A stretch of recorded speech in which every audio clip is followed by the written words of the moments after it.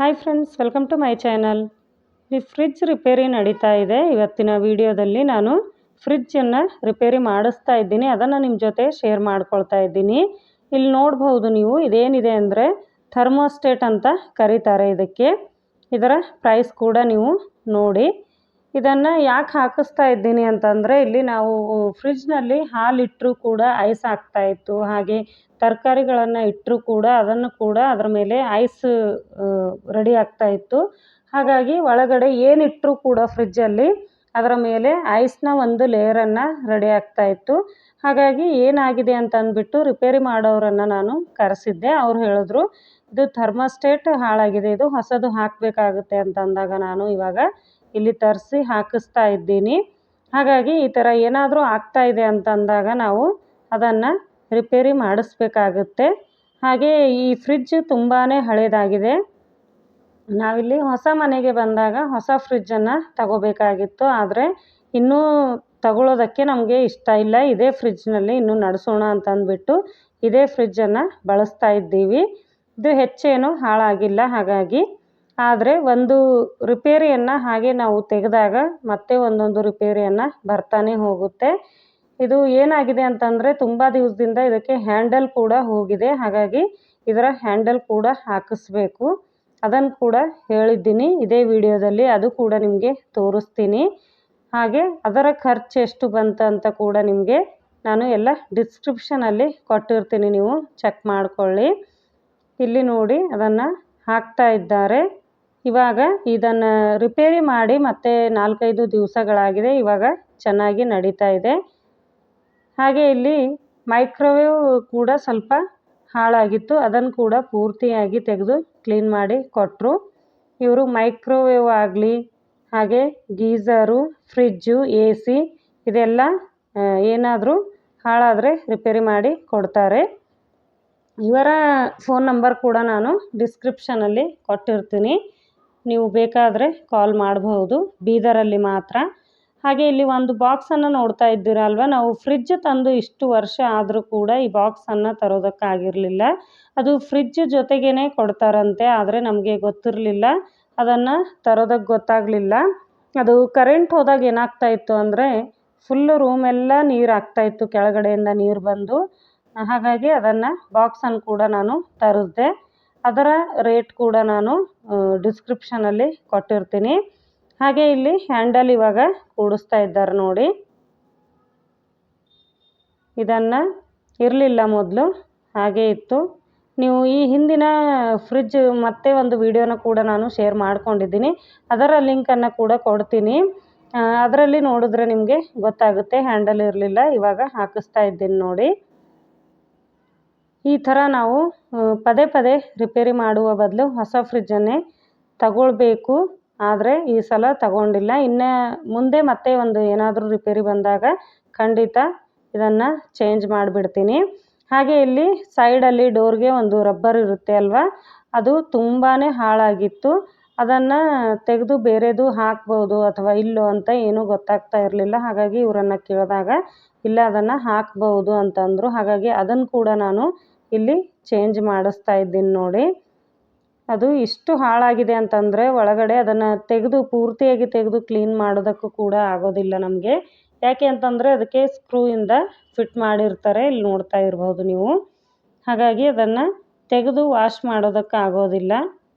ಹಾಗಾಗಿ ಭಾಳಷ್ಟು ಹೊಲಸಾಗಿದೆ ಅದು. ಅದನ್ನು ತೆಗೆದು ಇವಾಗ ಇವರು ಹೊಸದು ಹಾಕಿ ಕೊಡ್ತಾರೆ. ಈ ಮಾಹಿತಿ ನಿಮಗೆ ಇಷ್ಟ ಆಗ್ತಾ ಇದೆ ಅಂತ ಅಂದ್ಕೊಳ್ತೀನಿ. ನೀವು ಕೂಡ ತುಂಬ ಹಳೆಯ ಫ್ರಿಡ್ಜ್ ಇದೆ, ಆದರೆ ಹೆಚ್ಚು ಏನೂ ಹಾಳಾಗಿಲ್ಲ, ಅದು ಇನ್ನೂ ಅದನ್ನೇ ಬಳಸಬೇಕು ಅಂತ ಇದ್ದೀರಾ, ಈ ಥರ ಏನಾದರೂ ಚೇಂಜ್ ಮಾಡಬೇಕು ಅಂತ ಅನ್ನೋರಿಗೆ ಇದು ಹೆಲ್ಪ್ ಆಗಬಹುದು. ವಿಡಿಯೋ ಇಷ್ಟ ಆಗ್ತಾ ಇದೆ ಅಂದರೆ ಒಂದು ಲೈಕನ್ನು ಮಾಡಿ, ಹಾಗೆ ನಿಮ್ಮ ಅನಿಸಿಕೆಯನ್ನು ನನಗೆ ಕಮೆಂಟ್ ಮೂಲಕ ತಿಳಿಸ್ಬಹುದು.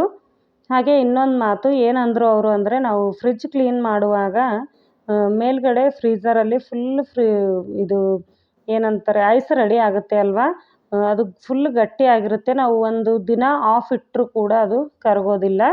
ನನಗಾಗಿದೆ ಈ ಥರ, ಅದಕ್ಕೆ ನಾನು ಶೇರ್ ಮಾಡ್ಕೊಳ್ತಾ ಇದ್ದೀನಿ.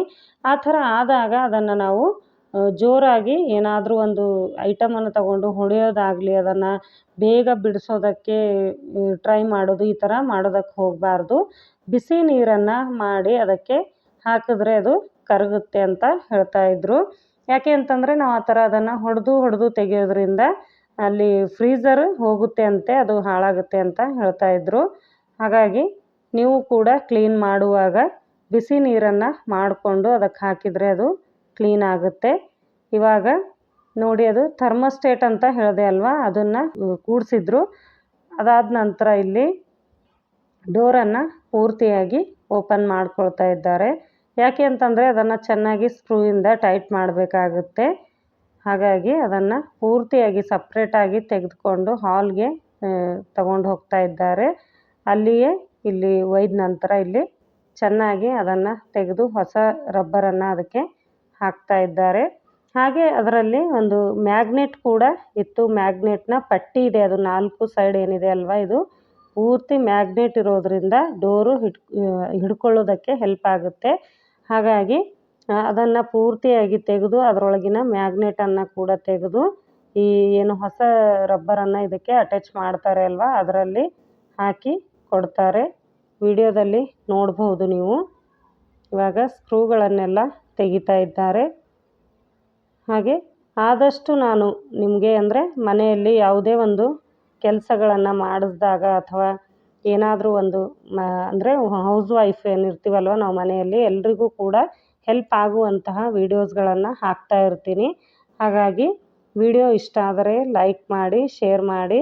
ನನ್ನ ಚಾನಲನ್ನು ಕೂಡ ಹಿಂದೆ ನೋಡ್ತಾ ಇದ್ದರೆ ಸಬ್ಸ್ಕ್ರೈಬ್ ಮಾಡಿಕೊಂಡು ನೋಡಿ. ಹಾಗೆ ಈ ಥರ ಚಿಕ್ಕ ಪುಟ್ಟ ಕೆಲಸಗಳಿದ್ದಾಗ ನಾವಾಗಿಯೇ ಮಾಡಿಕೊಳ್ಳೋದು ಒಳ್ಳೆಯದು. ಆದರೆ ಯಾರು ಬಂತು ಅವರಿಗೆ ಕಾಲ್ ಮಾಡಿ ಕರೆಸ್ಕೊಂಡ್ರೆ ಚೆನ್ನಾಗಿರೋದಿಲ್ಲ. ಈಗಿನ ದಿನಗಳು ಯಾರನ್ನೂ ಕೂಡ ನಂಬುವ ದಿನಗಳಲ್ಲ. ಹಾಗಾಗಿ ಆದಷ್ಟು ಯೋಚನೆ ಮಾಡಿ ಯಾರನ್ನೂ ಕೂಡ ಭರವಸೆ ಮಾಡೋದಕ್ಕೆ ಹೋಗಬೇಡಿ.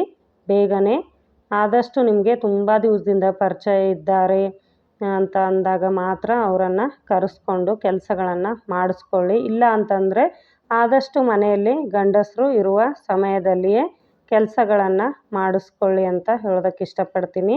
ಯಾಕೆ ಅಂತಂದರೆ ಇವಾಗ ಮನೆಯಲ್ಲಿ ಗಂಡಸರು ತುಂಬಾ ಬ್ಯುಸಿ ಇರ್ತಾರೆ ಅಲ್ವಾ, ಅವರನ್ನು ಈ ಥರ ಪದೇ ಪದೇ ಏನಾದರೂ ಮನೆ ಕೆಲಸಗಳಿದ್ದಾಗ ಅವರು ಮನೆಯಲ್ಲಿ ಉಳ್ಕೊಂಡು ಕೆಲಸಗಳನ್ನು ಎಲ್ರಿಗೂ ಮಾಡಿಸೋದಕ್ಕಾಗೋದಿಲ್ಲ. ಯಾರೂ ಕೂಡ ಮಾಡಿಸ್ಬಾರ್ದು ಅಂತ ಅನ್ನೋದಿಲ್ಲ. ಯಾವುದೇ ಒಂದು ಮನೆಯಲ್ಲಿ ಏನಾದರೂ ಸಾಮಾನು ಹಾಳಾದಾಗ ಬೇಗನೆ ಮಾಡಿಸ್ಬೇಕು ಅಂತಲೇ ಇರುತ್ತೆ. ಆದರೆ ಅವರಿಗೆ ಕೆಲಸದಲ್ಲಿ ಬ್ಯುಸಿ ಇರೋದರಿಂದ ಮಾಡಿಸೋದಕ್ಕಾಗೋದಿಲ್ಲ. ಹಾಗಾಗಿ ನಾವು ಏನಾದರೂ ಆ ಥರ ಸವಲತ್ತು ಅಂತ ಇದ್ದಾಗ ಮಾಡಿಸ್ಕೊಳ್ಳೋದೇ ಒಳ್ಳೆಯದು. ಇಲ್ಲ ಅಂತಂದರೆ ಅವರು ಯಾವಾಗ ಫ್ರೀ ಇರ್ತಾರೆ ಅಲ್ವಾ, ಆವಾಗ ಅವರನ್ನು ಕರೆಸ್ಕೊಂಡು ಕೆಲಸಗಳನ್ನು ಮಾಡಿಸ್ಕೊಳ್ಬಹುದು. ಹಾಗೆ ಇಲ್ಲಿ ನಾನು ಡಿಸ್ಕ್ರಿಪ್ಷನಲ್ಲಿ ನಂಬರನ್ನು ಕೊಟ್ಟಿರ್ತೀನಿ, ಇಲ್ಲಿ ಕೂಡ ಕಾಲ್ ಮಾಡಿ ನೀವು ಕರೆಸ್ಬಹುದು. ಹಾಗೆ ಇಲ್ಲಿ ರಿಪೇರಿ ಇನ್ನೂ ನಡೀತಾ ಇದೆ, ನೋಡ್ತಾ ಇದ್ದೀರಾ ಎಲ್ಲ. ಇವರು ತುಂಬ ದಿವಸದಿಂದ ಈ ಕೆಲಸಗಳನ್ನು ಮಾಡ್ತಾ ಇದ್ದಾರೆ.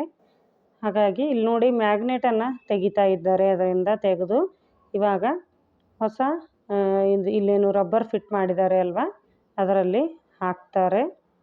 ಹಾಗೆ ಒಂದು ಏನಾದರೂ ಐಟಮ್ ಹಾಳಾಗಿದೆ ಅಂತ ಅಂದಾಗ ನಾವು ಅದಕ್ಕೆ ಸಂಬಂಧಪಟ್ಟವರು ಬರ್ತಾ ಇದ್ದಾರೆ ಅಂತ ಅಂದಾಗ ಮತ್ತೆ ಏನಾದರೂ ಕೆಲಸಗಳಿವೆಯೇ ಅಂತ ಮೊದಲೇ ನೋಡ್ಕೊಳ್ಳೋದು ಒಳ್ಳೆಯದು. ಯಾಕೆ ಅಂತಂದರೆ ಅವರು ಬಂದಾಗ ಒಂದು ಸಲ ಅವರು ಸರ್ವಿಸಿಂಗ್ ಚಾರ್ಜನ್ನು ತಗೊಳ್ತಾರೆ ಅಲ್ವಾ. ಹಾಗಾಗಿ ಅದಕ್ಕೆ ಸಂಬಂಧಪಟ್ಟ ಅಂದರೆ ಈಗ ಒಂದು ಎಲೆಕ್ಟ್ರಿಷಿಯನನ್ನು ಕರೆಸ್ತಾ ಇದ್ದೀವಿ ಅಂತಂದಾಗ ಮತ್ತೆ ಬೇರೆ ರೂಮ್ನಲ್ಲೂ ಕೂಡ ಪ್ರಾಬ್ಲಮ್ ಆಗಿರಬಹುದು ಅಲ್ವಾ. ಹಾಗಾಗಿ ಎಲ್ಲ ಕೂಡ ಚೆಕ್ ಮಾಡಿಕೊಂಡು ನಾವು ಒಂದೇ ಸಲ ಎಲ್ಲ ಕೆಲಸಗಳನ್ನು ಮಾಡಿಸ್ಕೊಳ್ಳೋದು ಒಳ್ಳೆಯದು. ಇವಾಗ ನಾನು ಫ್ರಿಡ್ಜ್ ರಿಪೇರಿಗೆ ಅವರನ್ನು ಕರೆಸಿದಾಗ ಮೈಕ್ರೋವೇವ್ ಕೆಲಸ, ಹಾಗೆ ಈ ಫ್ರಿಡ್ಜ್ ಕೆಲಸ ಮತ್ತು ಈ ಫ್ರಿಡ್ಜ್ ಏನು ಬಾಕ್ಸ್ ಒಂದು ತರಬೇಕಾಗಿತ್ತು ಅದನ್ನು, ಹಾಗೆ ಫ್ರಿಡ್ಜ್ ಹ್ಯಾಂಡಲನ್ನು, ಈ ಥರ ಅಂದರೆ ನೀವು ಒಂದು ಕೆಲಸಕ್ಕೆ ಕರೆಸಿದಾಗ ಅದಕ್ಕೆ ಸಂಬಂಧಪಟ್ಟಂತಹ ಕೆಲಸಗಳಿದ್ದಾಗ ಅದನ್ನು ಕೂಡ ಮಾಡಿಸ್ಕೊಳ್ಳೋದು ಒಳ್ಳೆಯದು. ಸ್ವಲ್ಪ ಯೋಚನೆ ಮಾಡಿದ್ರೆ ಅಲ್ಲಿ ನಾವು ಉಳಿತಾಯನ ಮಾಡಬಹುದು ಅಂತ ಹೇಳೋದಕ್ಕೆ ಇಷ್ಟಪಡ್ತೀನಿ. ವಿಡಿಯೋ ಇಷ್ಟ ಆಗಿದೆ ಅಂತ ಅಂದ್ಕೊಳ್ತೀನಿ. ಮತ್ತೆ ಸಿಗ್ತೀನಿ ಮುಂದಿನ ವಿಡಿಯೋದಲ್ಲಿ.